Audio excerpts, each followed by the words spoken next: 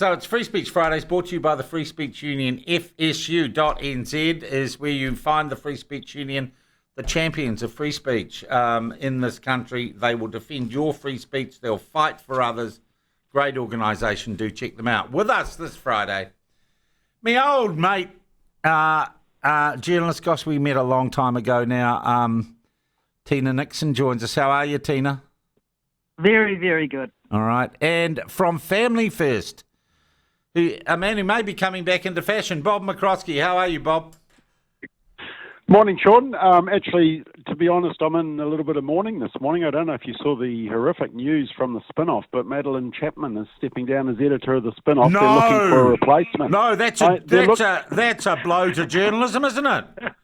They're looking for a replacement, and I'm a bit worried that you might take the job, Sean. Oh, well, I thought they would have shoulder tapped me, Bob.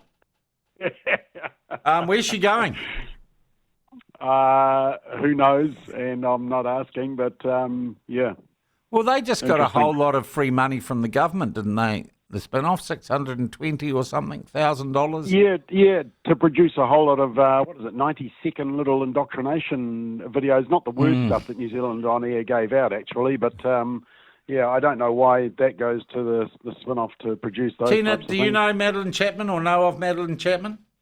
Yeah, I do, and occasionally I dip into the Spinoff just to see what bollocks that they're writing. But I mean, it's not really a place that I really want to go there that often. You sort of feel a bit strange after you've been there. Yeah, but boy, what a blow that is, huh?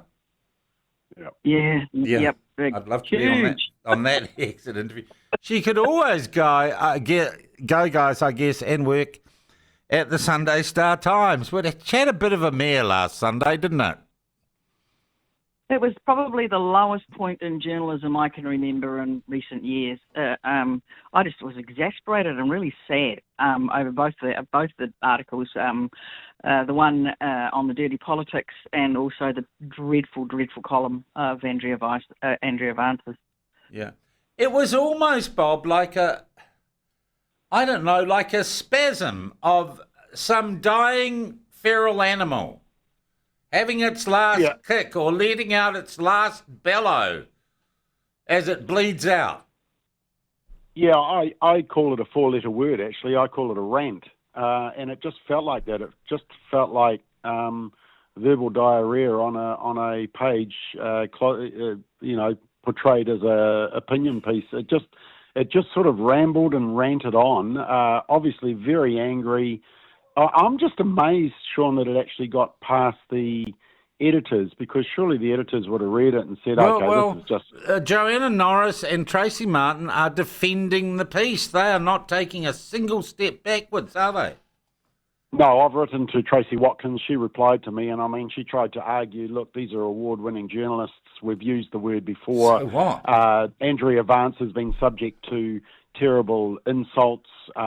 This is there's insulting male terms, so why can't we use an insulting female term? I mean, there was, and then tried to argue that actually, no, what we probably should do is use the word more, because then it actually removes the power from it. And of course, remember, Marama Davidson tried to go on. Oh, yeah, well, let's reclaim the C word. Well, by the way, can I just ask you both, Dina, don't use the full word here. I do have standards, believe it or not. Can we use the N word in context?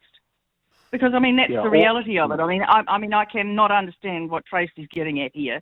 I mean if you had the word nigger on the front page of the paper, you would be. You're allowed to say that because you're part Maori, Tina.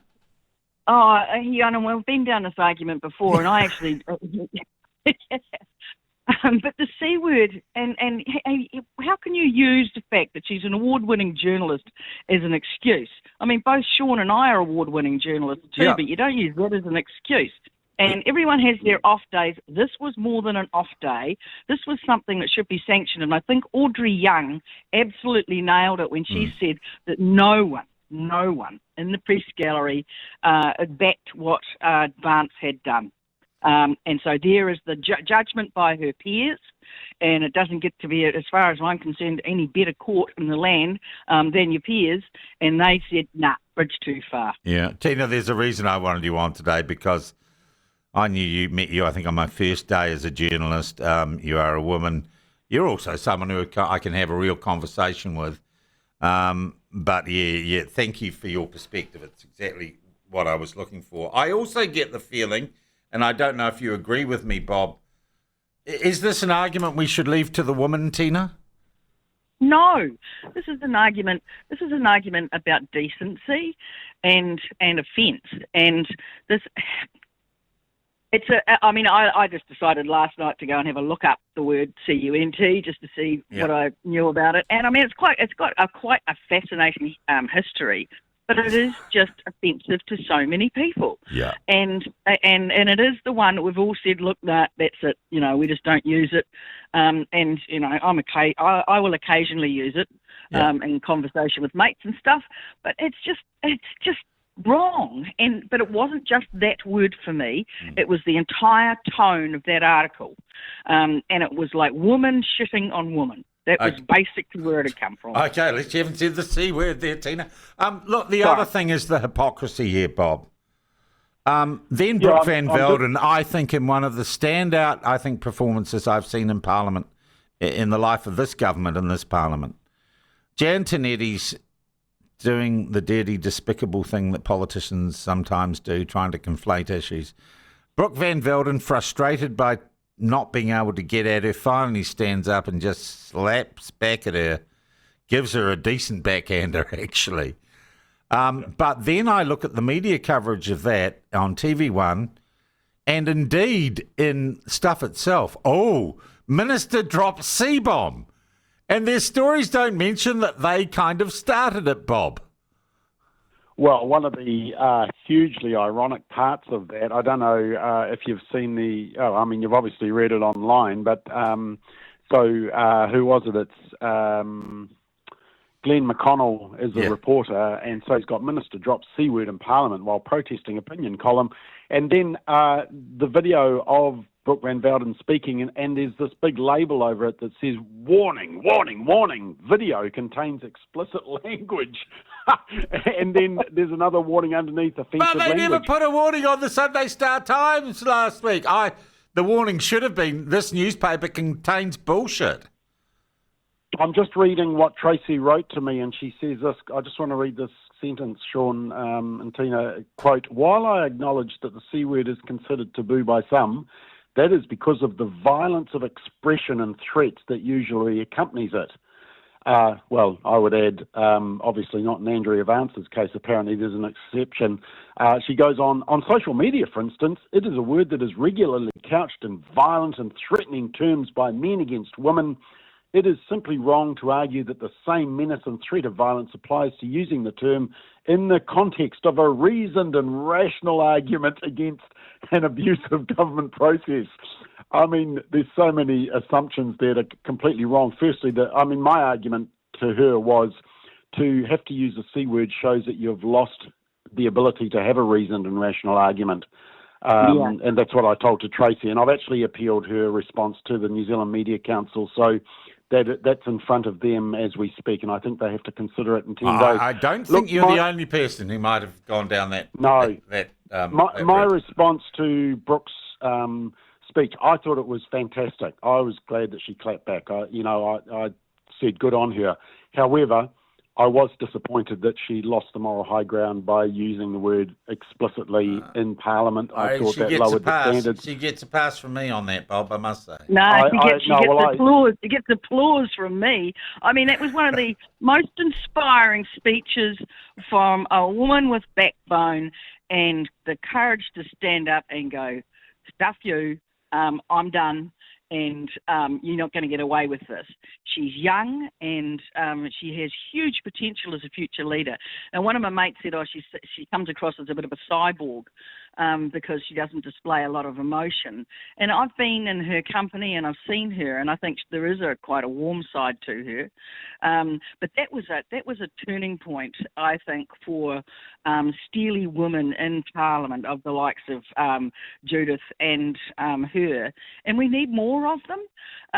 We need women who can stand up like that and just do it with elegance. And while she used the C word, she did it with an enormous degree of elegance, and so she's definitely, I'm definitely a fangirl. I suppose of both Brooke and Judith for that reason.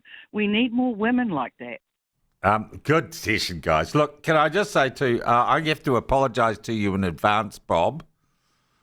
There'll be a letter to the editor that if they publish it in full on Sunday from me, we'll finish with the C ***TS word. And I asked them to stop acting like a bunch of C ***TS. And this is weird. Tina you mentioned that story. I'm part of the murky dealings of dirty politics too, because I sent a tweet or an X. What a weird story that was. I talked to the lawyers. I talked to Tracy. Tracy said, we'll give you a right of reply. We'll give you a 650-word op-ed. I had written a short 320-word letter to them. They said, no, make it an op-ed. So I wrote my op-ed, which explained how the whole story written by Andrea Vance and Charlie Mitchell had been based on the ravings of a young pornographer, a 25-year-old man who has committed indecencies with carrots and fast food. And that the reason he wasn't named in the article that accused me of conspiracy was that they'd promised him anonymity. I submitted that the day before yesterday, my 650 words, and I get a message back last night, we think we'll go with your original letter because there was a little bit too much truth in the op-ed that I'd written for them. Your original edited letter, I would suggest, Sean. I mean, it's interesting you say about social media because there's a summary of all the times that stuff have called out sexist comments against women MPs. Alison Mao has done it. Jackie Blue has written it. Michelle Duff. In fact, Michelle Duff, a couple of years ago, decried a social media user using the C word against Jacinda Ardern. So, and look, this is the same. I saw stuff with this big, article about somebody comparing Jacinda Ardern to Adolf Hitler, and yet when the and Brooke van Velden, though she looked good in the Wehrmacht uniform, here in front of the swastika, nothing. Yeah, but crickets. But stuff never reported. Yeah, never said a single thing. So against Jacinda, it's deplorable, and against Brooke, it's nothing to see here. Yeah. And made worse by the fact that Brooke van Velden's grandfather fled the Nazi Germany in Nazi Germany. I mean, where do people get off on that crap? Yep. I hear you absolutely, guys. Look, I want to come back to that question I asked Bob. You said yes, Bob. Tina, are they just losing us? Is it almost over for the mainstream? Do you think? I've pondered this for a while because you just pick up the paper and you just want to cringe. There was another one the other day when there was a photo of Chris Luxon, and it was a really horrible photo. And there's some there is an editorial policy. You don't do that stuff very often, and it wasn't in context or anything, and it was just designed to make people look and have a negative impression straight away. And that's the subtlety and the power that the printed media and even the online media can still have, and they're abusing it more and more. I don't think in 10 years' time that the mainstream media will exist in any shape or form. It will be quite different because I don't think that it can rescue itself, because I don't really think it understands how bad it is. Well said. Guys, we're going to take a break. This kicked off well. I wish we had longer. This is Free Speech Friday, brought to you by the Free Speech Union.